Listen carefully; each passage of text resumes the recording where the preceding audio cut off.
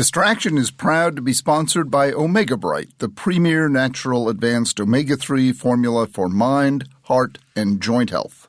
But when people would say, hey, there's a mouse running around your living room, I said, yes, don't get upset. It's a pet. Everybody got a name, and they were fed, in certain places. I mean, there were kiddie pools with turtles in them. I would find eggs in my shoes in the morning. Hello, this is Dr. Ned Hallowell for Distraction. I have a dog by the name of Ziggy. He's a Jack Russell. He's about 10 years old, but he is a walking antidepressant. You absolutely cannot be anywhere near Ziggy and feel anything other than joy in your life. He will see to it, by whatever means it takes, to just inject enough positive energy, love, playfulness into your situation, whatever it might be, so that literally within seconds you are smiling. Our show today is really about love, and I can't think of a person better qualified, more eminent, more expert on the subject of love, down to its medical physiological details, than Dr. Bernie Siegel, who is sitting across from me right now in person. We're so lucky to have this real wonderful human being who happens to be a retired surgeon and has spent his career trying to humanize medicine. His latest book, I don't think he ever will stop writing books, and his latest book is called, wonderfully enough, Love, Animals, and Miracles, Inspiring True Stories, Celebrating the Healing Bond. Well, with that as an introduction, and I could go on at much greater length, it's an honor, a pleasure, a delight. Welcome to our podcast. I mean, the first story, I never stop telling stories, but because they're the truth. Matter of fact, I learned from talking to doctors that when you gave statistics, they would argue about the controlled study. Was it valid? And I stopped trying to argue with them, and I would tell a story. Then they didn't feel threatened. Right. And who doesn't have a story in your life? So that began the communication. Yeah. A book has come out called The Energy Cure. Yeah. That was it. And it's about William Bengston is the author, saying how he has cured not only animals but people of cancer with the energy, like in your hands, and visualizing them as being healthy. It's just amazing what can happen, and it's scientific. Believe me, I know. Yeah, study in Australia. You have a heart attack, go home to a house with a dog. A year later, 6% of the people had died. If there was no dog in the house, 24% of the people had died. Wow. And it ain't about taking your dog for a walk, if you know what I mean. No. It's about relationships. I prescribe to all my patients, get a dog. Yeah. A cat will do, but a dog is better. Oxytocin and serotonin levels go up when you pet the furry creatures. I'm sure. Well, I'll tell you, you talk about patience. I tell single women, get a dog if you're looking for a husband, because you go for a walk, you'd be amazed how many guys talk to you, and then what happens. That's a good dating tool, right? Right. Put your dog out. Yeah, because my wife, she knows I say this. She'll say to me when I come home, did you meet anybody today? They're amazing connectors. Yeah. They're just it's unbelievable. The intuitive. I have to tell you this mystical kind of story. I know the family. The husband, 2 daughters and a wife. And he always felt outnumbered. Mm-hmm. So one of the daughters said, I'm going to go get you a male dog. And she went down to the breeder. But the dog she picked out, they said, I'm sorry, it's already taken. So she came home without a dog. She was murdered about a year later. Mm. And after about another year, they decided, all right, let's go get a dog. Mm. It'll help us, and she'll feel good about it. Mm-hmm. So they go down to the breeder, and a bunch of poodles. The room is filled with like 20 dogs barking and yipping and yapping. And the breeder blew a whistle, and they all stopped. Mm-hmm. One of them, though, a little black one, runs over and jumped into the husband's lap. And he starts crying. It was like, and when I say he, it was like the dog and the husband both started crying. And the breeder said, "Oh, my God." And my friend Audrey said, "What's the matter?" "Oh, my God. That's the dog your daughter picked out." And the people couldn't keep it anymore, so they brought it back. Wow. Yeah, and it went home with them. Yeah. Wow. And that's why the consciousness is how we connect. Yes. You know, when you say we're talking to animals or each other, you know, even people who say, "My doctor listened to me and, you know, I felt a connection," they will get – this was a study done of the flu. They got over the flu in like 3 days, and the people who said, "My doctor didn't listen," and paid 5 days, 7 days, to get better. No doubt. And the animals also sense your health. Yeah. I had a cat named Miracle. Again, how do we get a name Miracle? A woman had a dream. A cat appeared, said, "My name is Miracle. This is how you should treat your cancer." She wrote it down, and her doctor agreed to do it. And, of course, she recovered as well. And, you know, a day or two later after I hear the story, our son walked there with a little cat. So that's Miracle. But she would always know when I wasn't well. You know, if I got into bed because I didn't feel well, she'd be on my chest purring and loving me. Really? And if I'm taking a nap or resting, forget it. Yeah, I got things to do. You take care of yourself. Yeah. But this guy said to me his father was quite ill, and he had to feed the dog in the bedroom and drag him out to get him, you know, to pee and poop in the yard. Right. And then he said, one day I get home from work, the dog was in the kitchen. I knew my father was getting well. And he went in, and it was right. Yeah. So you hear all those amazing stories, but we're communicating on another level. What's your favorite story in the book? Oh. Well, one about love that was from our grandchild is one, because he had some turtles. They all died except one. And the vet said, the age of the turtle, he's alone, he's depressed. You got to get him food. Because he wouldn't eat the, you know, sprinkled stuff on the water. Right. You got to get him something. Get him a little fish to eat. And Charlie didn't want a fish to die, but he thought, if I don't get the fish, the turtle's going to die. So he goes down to the pet shop and brings home a little fish. Yeah. And he drops it in the water. And what happens? They put their noses together and they became best friends. And they're sharing meals and everything else. And that's the part that always blows my mind, you know, the love that is expressed. So why are people not more open to the power of love? It has to do with our upbringing. Yeah. And I'll tell you a dog story, too, so you understand. But Harvard students, first the People story, were asked, did your parents love you? Those who said no, by middle age, 98% had suffered a major illness. Wow. Those who said yes, 24% had suffered. Or was it 12? I think maybe it was 12 or 24%. But, I mean, the difference, was dramatic. A lot less. And go into an assisted living facility, 80, 90-year-olds. You say, do your parents love you? They think you're nuts. Well, what kind of stupid question is that? Of course. And I say, that's why you're alive today. See, you have self-worth and self-esteem. Yeah. And so if you're grown up with abuse, whether it's an animal or a person, I mean, with people, you read the headlines, you know, I'll go get a gun and I'll kill everybody. Who said it very well? What's his name? In East of Eden, John Steinbeck. We all experience rejection. With rejection comes a desire for revenge. With revenge, guilt. And there is the story of mankind. Yeah. This amazing power and force that is right there for our use if we just make use of it.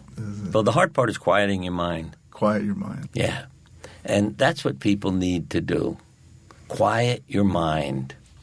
And then you can see your true self and your beauty. Mm. And it's almost every philosophy, even Kabbalah said, you know, sit quietly in a room, light a candle, and all will be made known to you. You know, that when you sit and quiet your mind. And again, I feel that's why at night when we sleep, that's when we have all these informative dreams. Because you're not thinking right now, and those things can come to you. So quiet your mind. Yeah. You don't have to meditate. You just quiet your mind. You're not thinking about something you need to do or go, or You're just, like I say, going out for a walk with the dog. I found when I was doing repetitive activities, like a bike or jogging or walking the dog, I don't have to think about taking care of myself. I'm just doing. And then my mind is free because the body's busy doing some physical activity. So if you have an act like walking the dog or mowing the lawn or whatever, then your mind is free to go wherever it wants to go. Pay attention to what's going on in your head. When you pay attention when you're not paying attention. Yeah, you're paying attention to another level. Yeah. Hold on for just a minute, Bernie. I hate to interrupt you, but we have to take a break. I want to talk to you about one of our sponsors, namely Omega Bright. Is, in my opinion, the best fish oil supplement that's out there. Not all fish oil is alike. You've got to, first of all, be sure it's high quality, because if they use cut rate anchovies and sardines, you can get mercury poisoning. And you also want to get the right ratio of the DHA and EPA and the folks who make Omega Bright do all this for you. And the gel caps that they produce are easy to swallow and really effective. Fish oil is a powerful anti-inflammatory agent. It's best known for its tonic effect on the heart, and it was originally developed for people who had mood disorders, specifically bipolar disorder. So it's good for you in any number of ways. Everyone should take, in my opinion, a fish oil supplement, and the best one out there is Omega Bright. You can order Omega Bright directly by calling 1-800-383-2030. That's 1-800-383-2030. Or by going to our website, distractionpodcast.com, and clicking on the Omega Bright logo. But this one story, and I don't make up any of them. They're all true because you talk about animals. A veterinarian, the night before her mastectomy, she said, I couldn't sleep. All I'm thinking about is what's going to happen to my body, how will I look, I have cancer. And then she said, I suddenly remembered all the animals I operate on. They wake up, they lick their owners' faces, they're here to love and be loved and teach us a few things. She said, I fell asleep and had no problem. And that's the part I learned too. In this book, I discussed the Siegel Zoo, because you wouldn't believe what our home was like. When you were a child? No. We have 5 children, okay. and I was always rescuing creatures. And our 5 children were like a ranch hands, So veterinarians would call us and say, I got this kinkajou that nobody wants. Fine, I'll take it. Oh, and it was fun calling the police when that creature would disappear and say, if anybody calls you and says they found the kinkajou, why? Now, what is a kinkajou? Well, it's like a cross between a raccoon and a monkey, South American. Wow. And it's nocturnal also. So I had to catch it and put it in a cage every night or it would drive us nuts. But how many animals did you have at any given point? Probably 30 or 40. Wow. We had chameleons. I had dead trees in our bedrooms, so the Jackson's chameleon could climb up and sit in the tree. We had a fence outside for ducks and geese and goats. And I didn't realize we were breaking zoning laws, but it was interesting to me that nobody ever reported us because they knew it was done out of love. And if their kids came to our house, they learned about animals. Because we had skunks, squirrels, when they were injured, birds, and we would take them in and take care of them. How do you take in a squirrel? Well, see, everything became family. It may sound crazy. No, it doesn't. But when people would say, hey, there's a mouse running around your living room, I said, yes. Don't get upset. It's a pet. Everybody got a name. And they were fed, in certain places. There were kiddie pools with turtles in them. I would find eggs in my shoes in the morning. Yeah. But I was going to say, what is fascinating is everything was hatched in an incubator. So who is their parent? The faces they see. And those are our kids. And when the school bus would show up, literally, the ducks and geese would try to get on the bus with the kids. And the ducks and geese would follow the kids onto the bus? Yeah, they'd go down the driveway and try to jump up in the bus. I mean, the drivers got to know and didn't get, upset. So these ducks and geese would follow your And the connection, what really impressed me was my mother and father live on a lake. So when we had too many to handle, we would just take the ducks and geese down and release them on this safe pond. My mother called me. What is it, Ma? The neighbors have a question. What is it? Every time a school bus pulls up, the ducks and geese come out of the water and walk up to the road. That broke my heart. They were looking for our kids. Sure. Yeah. But it shows you the connection. And what I also realized is, well, a test question for you. Yeah. You're walking down the street. It's rain very heavy the day before. Yeah. You see worms on the sidewalk. What do you do with them? You see worms on the sidewalk? Yeah, you see a worm in front of you as you're walking down the street. Yeah. What do you do with it? Put it over in the dirt? Right. See, why do I say right? I've been doing that for years, especially when I walk the dog, and a lot of worms. Yeah. We live in the woods. Yeah. And I keep thinking, Siegel, you're not normal.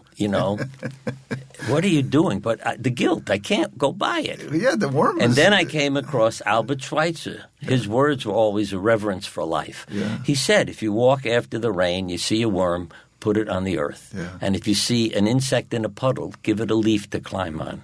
When I read that, it touched my heart. I said, Siegel, you're not nuts. No. You have a reverence for life. And that's what our kids – see, one of our kids is in the FBI. When I went to his graduation from the academy, I was shocked because they are asked, can you kill someone? Mm. And if they say no, then they are not accepted into the FBI. Mm. I heard that. I thought, our son says I can kill. Yeah, I know maybe he's thinking to protect people, but still, it was quite a wallop. But then I get an email from him saying, I was in a class, training class, and there was a break, so I went out for a walk, and I saw a turtle in the street. Mm-hmm. So I picked it up, and I spent half an hour to find a pond to release it in. Now, you see, are you worried about him having a gun? No. Not if he spends half an hour saving a turtle's life. Saving a turtle. Yeah. And I realize both as physicians, as police, as whatever profession, there are healthy and unhealthy reasons for being what you are. Yeah. And I think what I tell people is if you don't know how to behave, ask yourself, WWLD, what would Lassie do? And then go do that. That's but wonderful. Let me tell you, I mean, I never stop, so forgive me if you want to take over. But, no, I don't. Because there's one in there also that was very touching to me. I didn't believe in animal communication. I mean, years ago, I was speaking at a conference in California. I was a guest speaker. And I got in the elevator, and this young woman is in the elevator, and I talked to everybody. We all got troubles. So I said to her, why are you here? She said, I'm an animal intuitive. My reaction was, I don't think you have it all together, lady, if you talk to animals, because that was beyond my belief. But what happens? I test everybody. A few months later, one of our cats disappears. I sent Amelia. Her name is Amelia Kinkade, and she's written books and travels and teaches people, and she's taught me too. I said, Amelia, cat is gone. Okay. And I'm in Connecticut. She was in California. Uh-huh. And a day or two later, I get an email from her. The cat is alive, because that's what I wondered. Is it dead in the woods? Right. The cat is alive. I could see the moon through its eyes. She then went through such a detailed explanation of the house and all the other pets. I thought, this is incredible. Yeah. But she had a sentence that didn't make sense to me. The cat's under the house. What the hell are you talking about? But the next day I go out and I stood in our yard, in front of the garage, screaming the cat's name. All the other animals are looking at me like, what's wrong with you? And then I hear, meow. And I know it's that cat.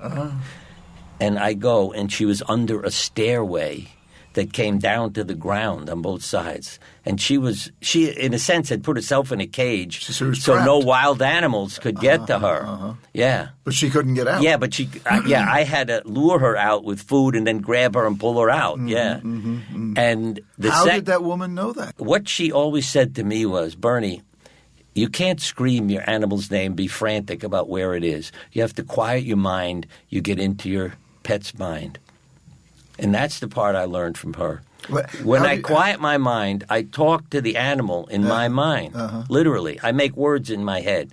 See, when our rabbit wouldn't let me bring her in at night, I went out in the yard one day and I just stood there. I said, why don't you let me bring you in when it's getting dark? And what do I hear? You don't treat the cats this way. I thought, these are not answers I make up. If, You know what I mean? Right. I said, what are you talking about? Well, you let the cats stay out. I said, they can take care of themselves if a predator jumped the fence. I mean, it's a fenced-in area, but I still worried about a rabbit. So after that, she would let me pick her up. I mean, she would kid me once, you know what I mean, like tease me and run around for a minute. But I never had a problem after that picking her up. And also what I learned from her was about forgiveness. She'd been in the house 10 days. We rescued her, but when she was in the house 10 days, I went out and I thought, oh, you didn't close the pet door, and the dogs are in the house. Maybe they might hurt her. And I thought, oh, they know each other 10 days. Well, I was wrong. One of our dogs named Furphy grabbed her and wounded her. And, as a surgeon, I mean, the veterinarians helped me, but I'd take care of her too. And that was the other thing. They're forgiving of me. If I hurt them, they lick my hand. She didn't bite me if I was working on her wounds. Yeah. But one afternoon I went out and I couldn't find her, and I'm calling her name like crazy. And I thought, where the hell is she? And the dog, Furphy, was lying in the yard, so I went over to pet him. She was like underneath him, hiding from me.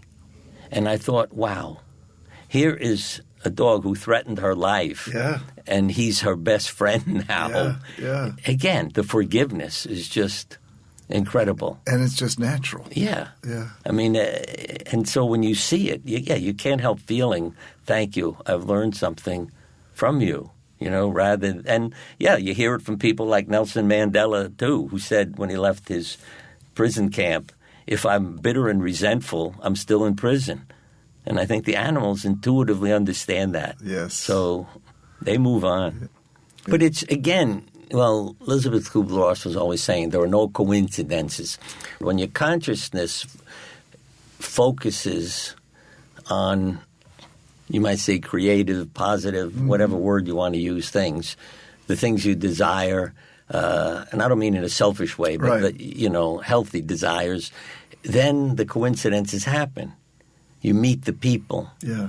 You mentioned how many books I've written. The only C I got in 4 years of college was in creative writing.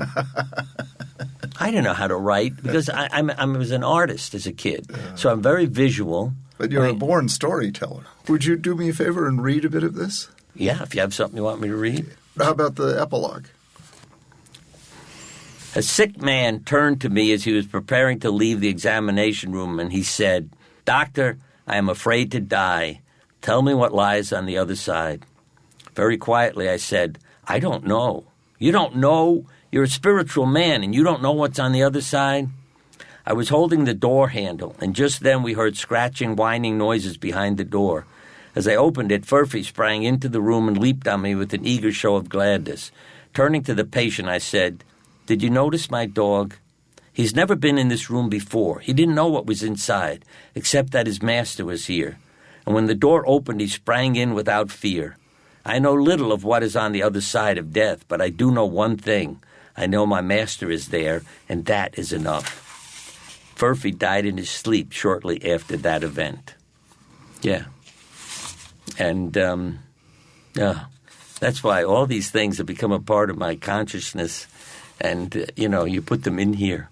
Yeah. And I enjoy reading my own books, as crazy as that may sound, because it's, again, things that come back into my consciousness that you just can't remember everything.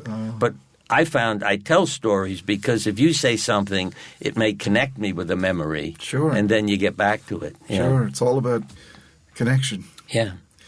Well, Dr. Bernie Siegel, what a treat. What a treat. What a wonderful man. Just to repeat the title of this book, because I'm sure listeners will want to get it right away. Love, Animals, and Miracles. And let me say the connection is with living things, because there have been studies done showing when you gave people a plant to take care of, They lived longer than people, this is in a nursing home across the hall, who were told, I'm decorating your room with a plant. Yeah. So again, connect with living things and get your family to do the same thing. Absolutely. Yeah. Connect. Thank you so much. My pleasure. That's our show. Thanks for listening. Remember to check out our sponsor, Omega Bright. Go to omegabright.com, a 100% natural and advanced omega-3 formula. Call 1-800-383-2030. That's 1-800-383-2030. Or go to distractionpodcast.com and click on the Omega Bright logo. Or go directly to Omega Bright's site and order the product. It is a life saver, life extender, life enhancer for sure. Distraction is produced by Collisions, the podcast division of CRN International. Collisions, podcasts for curious people.